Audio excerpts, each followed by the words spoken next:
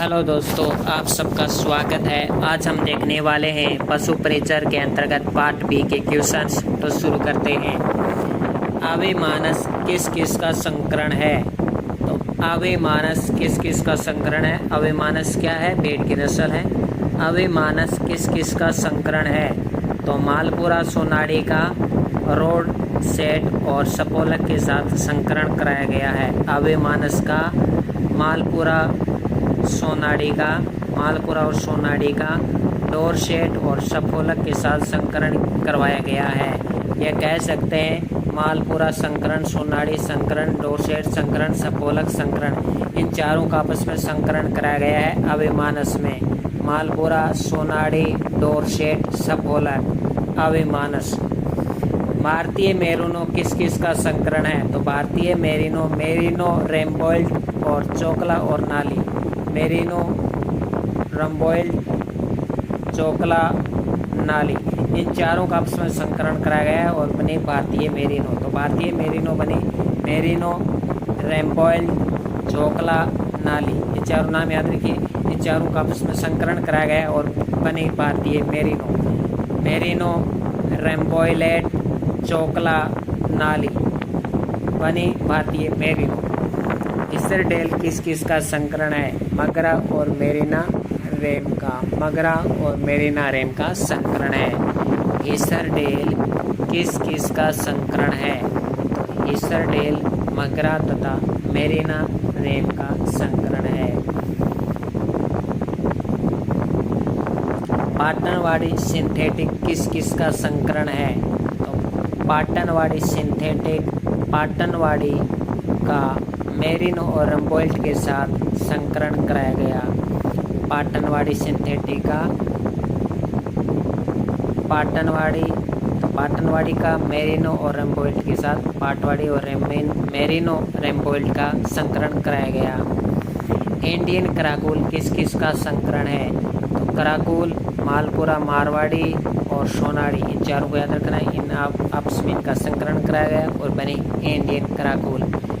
Karakul, Malpura, Marwari, Sonadi, इन चारों का आपस में संकरण कराया गया और बनी इंडियन कराकुल। कश्मीर मेरिनो किस किस का संकरण है? तो मेरिनो, रैम्बोइलेट, गड्डी, बकरवाल और पुच्छी, इनका संकरण करवाया गया। गड्डी, बकरवाल, पुच्छी, मेरिनो, रैम्बोइलेट, इनका आपस में संकरण कराया गया और बनी कश्मीर मेरिनो। अगला क्वेश्चन, बकरी की नवीनतम पंजीकृत नस्ल। बकरी की नवीनतम पंजीकृत नस्ल है अंजोरी। बकरी की नवीनतम पंजीकृत नस्ल है अंजोरी। गाय की नवीनतम पंजीकृत नस्ल, गाय की नवीनतम पंजीकृत नस्ल है ब्रिशवाल। बकरी की नवीनतम पंजीकृत नस्ल है अंजोरी और गाय की नवीनतम पंजीकृत नस्ल है ब्रिशवाल। भेड़ की नवीनतम पंजीकृत नस्ल है माचरेला। सुअर की जाति क्या कहलाती है? तो सुअर की जाति कहलाती है, यानी सुअर की स्पीसीज कहलाती है सस डोमेस्टिकस या स्क्रोफा। सस डोमेस्टिकस और या स्क्रोफा, दोनों में से कोई भी मिल सकता है। तो भेड़ की नवीनतम पंजीकृत नस्ल कौन सी है? माचरेला। सुअर की नवीनतम पंजीकृत नस्ल कौन सी है? अंडमानी सुअर। सुअर की आवाज़ क्या कहलाती है? ग्रेटिंग, ग्रेटिंग या ग्रीटिंग। तो सुअर की आवाज़ ग्रीटिंग। भेड़ का वयस्क नर क्या कहलाता है? तो भेड़ का वयस्क नर रेम कहलाता है। पशुओं में पहली बार गर्भधारण को क्या कहते हैं? तो जब पशुओं में पहली बार गर्भधारण किया जाता है तो उसे कहते हैं प्रेमी पेरस। तो पशुओं में पहली बार गर्भधारण को क्या कहते हैं? तो पहली बार से प्रेमी पेरिस, पैसे पहली बार, पैसे प्रेमी पेरिस।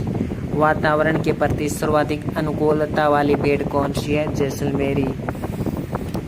तोतापुरी नस्ल किस भेड़ का अन्य नाम है? तो तोतापुरी नस्ल है ये जैसलमेरी भेड़ का अन्य नाम है। तोतापुरी नस्ल जैसलमेरी भेड़ का अन्य नाम है। जबकि तोतापुरी बकरी पूछे तो जमुनापुरी और तोतापुरी भेड़ की नस्ल पूछे तो तोतापुरी नस्ल है किस भेड़ का अन्य नाम है जैसलमेरी। किस भेड़ को बीकानेरी चोकला कहते हैं? तो मगरा भेड़ को बीकानेरी चोकला कहा जाता है। बीकानेरी चोकला कहा जाता है मगरा को। तो आपसे पूछा मगरा कहाँ पाई जाती है, किस जिले में पाई जाती है? तो बीकानेर में। किस भेड़ का अन्य नाम चनोथर व लापड़ी है? तो सोनाली भेड़ का ही अन्य नाम चनोथर व लापड़ी है। तो कई बार ऐसे पूछ लेते हैं चनोथर व लापड़ी किसकी किस्में हैं, किसकी नस्लें हैं? तो किसकी नस्लें हैं चनोथर व लापड़ी? भेड़ की नस्लें हैं, यानी सोनाली का ही अन्य नाम चनोथर व लापड़ी है। भेड़ की सबसे बड़ी नस्ल जो बकरी जैसी दिखाई देती है नेलोर। भेड़ की तीसरी उपयोगिता वाली नस्ल कौन सी है? मारवाड़ी। तोता जैसा मुंह वाला भेड़ कौन सी है? चोकला। तोता जैसा मुंह वाला भेड़ कौन सी है? चोकला। तोता जैसी मुंह वाली भेड़ कौन सी है? जबकि तोतापुरी नस्ल किस भेड़ का अन्य नाम है? जैसलमेरी। तोतापुरी नस्ल किस भेड़ के अन्य नाम है? जैसलमेरी। जबकि तोता जैसा मुंह वाली भेड़ कौन सी है? चोकला। अंतर याद रखना। सबसे ज़्यादा बच्चे देने वाली भेड़ तो गैरोल भेड़ है, वो सबसे ज़्यादा बच्चे देती है। गैरोल भेड़ है, गैरोल भेड़ है सबसे ज़्यादा बच्चा देने वाली भेड़ कौन सी है? गैरोल भेड़। निमारी गाय किस किस का संकरण है? गिर और खिलाड़ी का संकरण है। गिर एवं खिलाड़ी का संकरण है निमारी गाय। डियोनी गाय किस किस का संकरण है? डियोनी गाय डांगी, गिर और लोकल गाय का संकरण है। डियोनी गाय किस किस का संकरण है? डांगी, गिर और लोकल गाय का संकरण है डियोनी। काला हांडी क्या है? भैंस। गोजरी क्या है? भैंस। बन्नी क्या है? भैंस। काला हांडी, गोजरी एवं बन्नी किसकी नस्लें हैं? भैंस की। वह भैंस जिसके गले पर सफ़ेद धारियाँ मिलती है अर्थात चेवरोन मिलता है जिसे कंठी कहते हैं, तो वह भदावरी। तो वह भैंस जिसके गले पर सफ़ेद धारियाँ मिलती है अर्थात चेवरोन मिलती है, वो है भदावरी। मेहसाना भैंस किसका संकरण है? तो मेहसाना भैंस मोरा और सूरती का संकरण है। मेहसाना भैंस किसका संकरण है? मेहसाना भैंस मोरा और सूरती का संकरण है। गैर आर्थिक जानवरों का उन्मूलन करना क्या कहलाता है? तो गैर आर्थिक जानवरों का उन्मूलन करना वेडिंग कहलाता है। गैर आर्थिक जानवरों का उन्मूलन करना वेडिंग कहलाता है।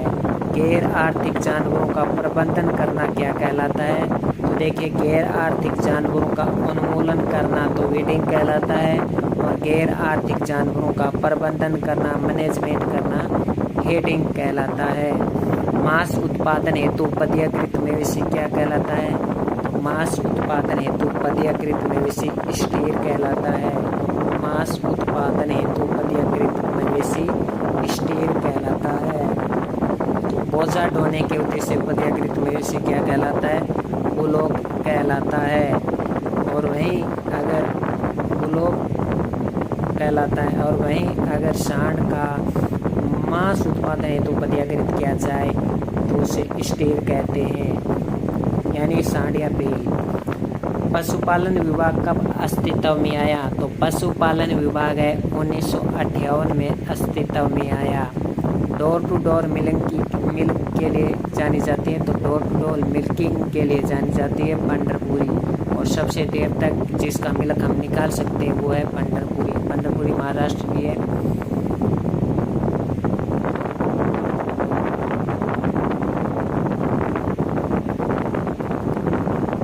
अगला क्वेश्चन, भैंस की किस नस्ल में सींग यानी डबल कॉइल्ड होते हैं? यानी डबल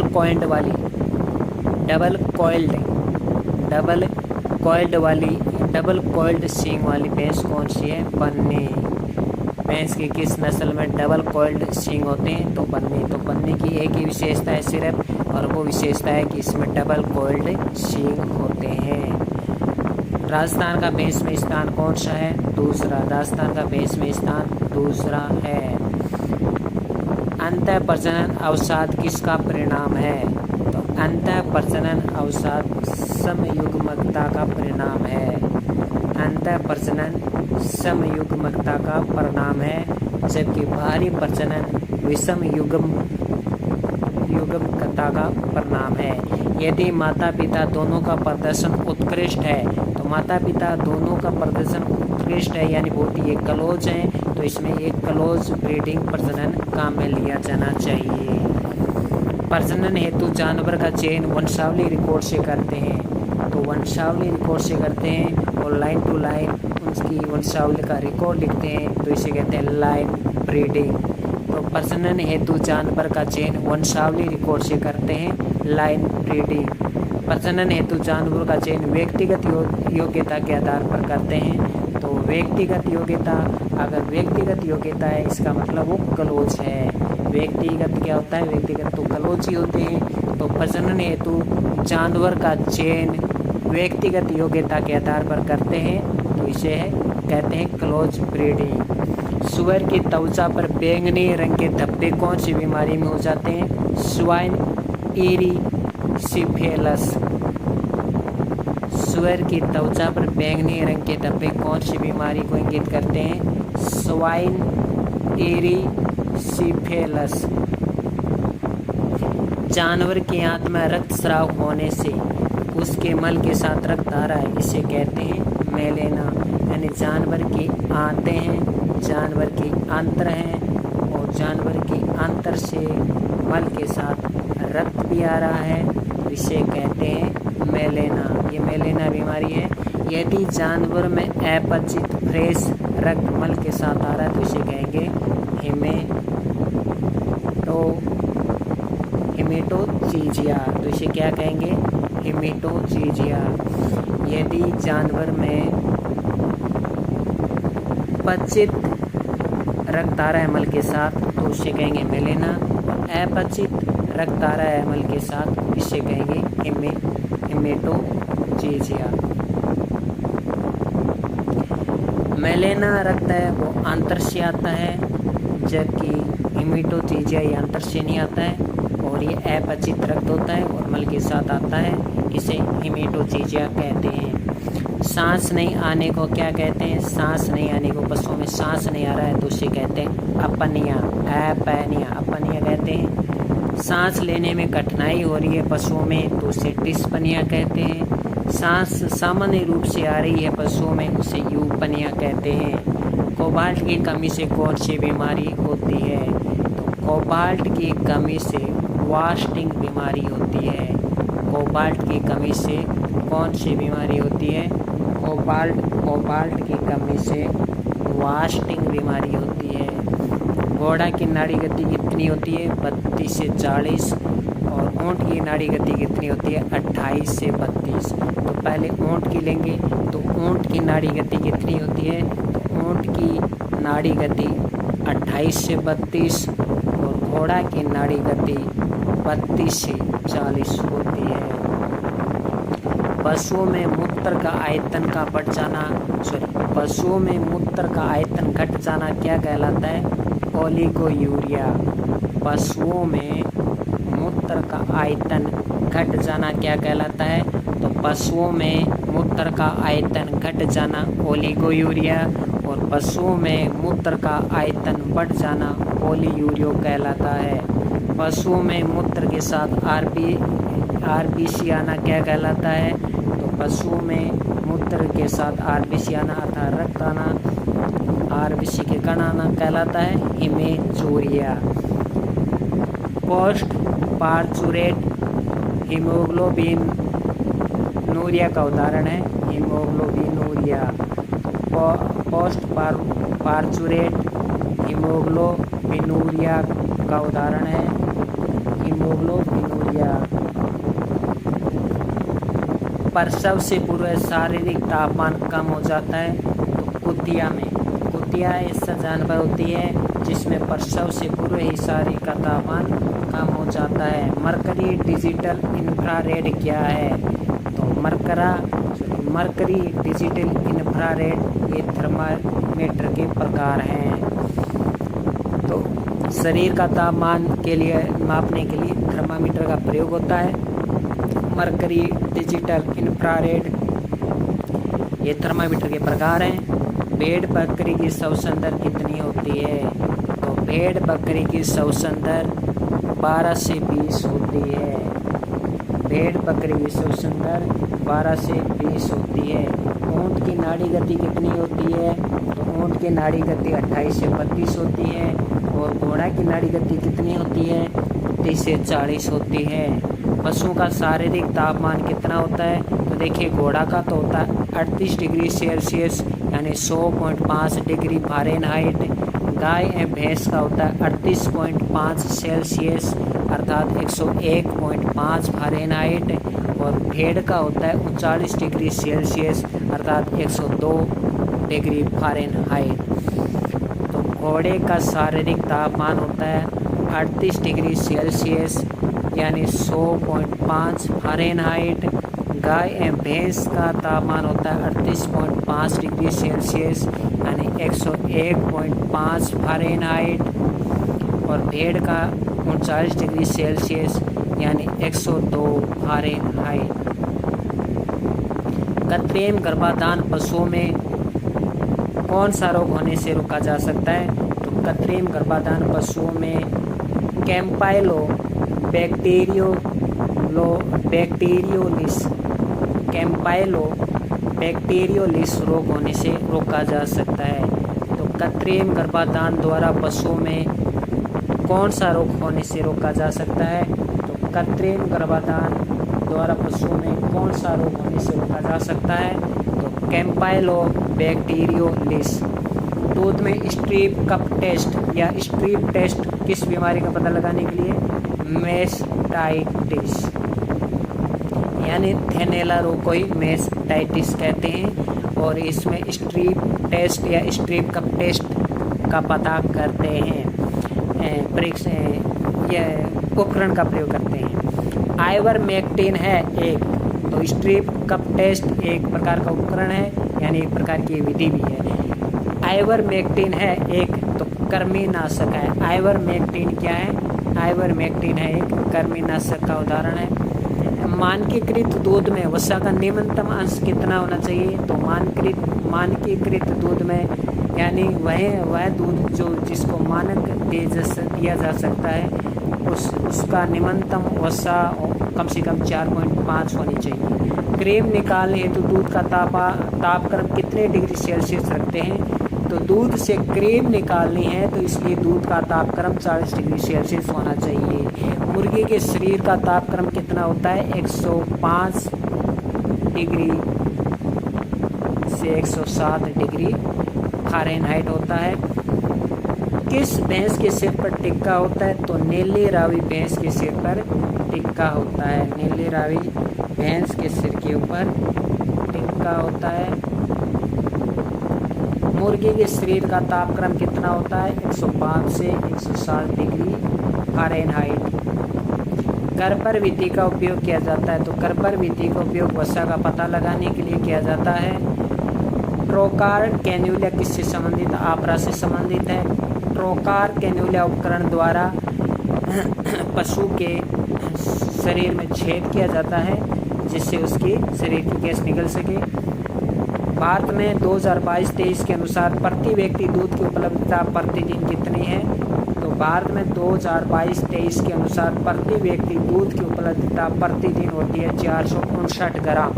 2021-22 में 444 ग्राम थी। पूछा जा सकता है कि 2021-22 की तुलना में भारत में 2022-23 में प्रति व्यक्ति दूध की उपलब्धता कितनी बढ़ी है? तो कितनी बढ़ी है देख लीजिए। 459 में से 444 घटा लीजिए, कितना बचा? 15 ग्राम बढ़ी है। 2022-23 के अनुसार राजस्थान में दूध उत्पादन कितना है? तो 33,306 टन। तो 2022-23 के अनुसार राजस्थान में दूध उत्पादन कितना है? 33,306 टन। दूध उत्पादक राज्यों में राजस्थान का स्थान कौन सा है? दूसरा है। पहला उत्तर प्रदेश का है।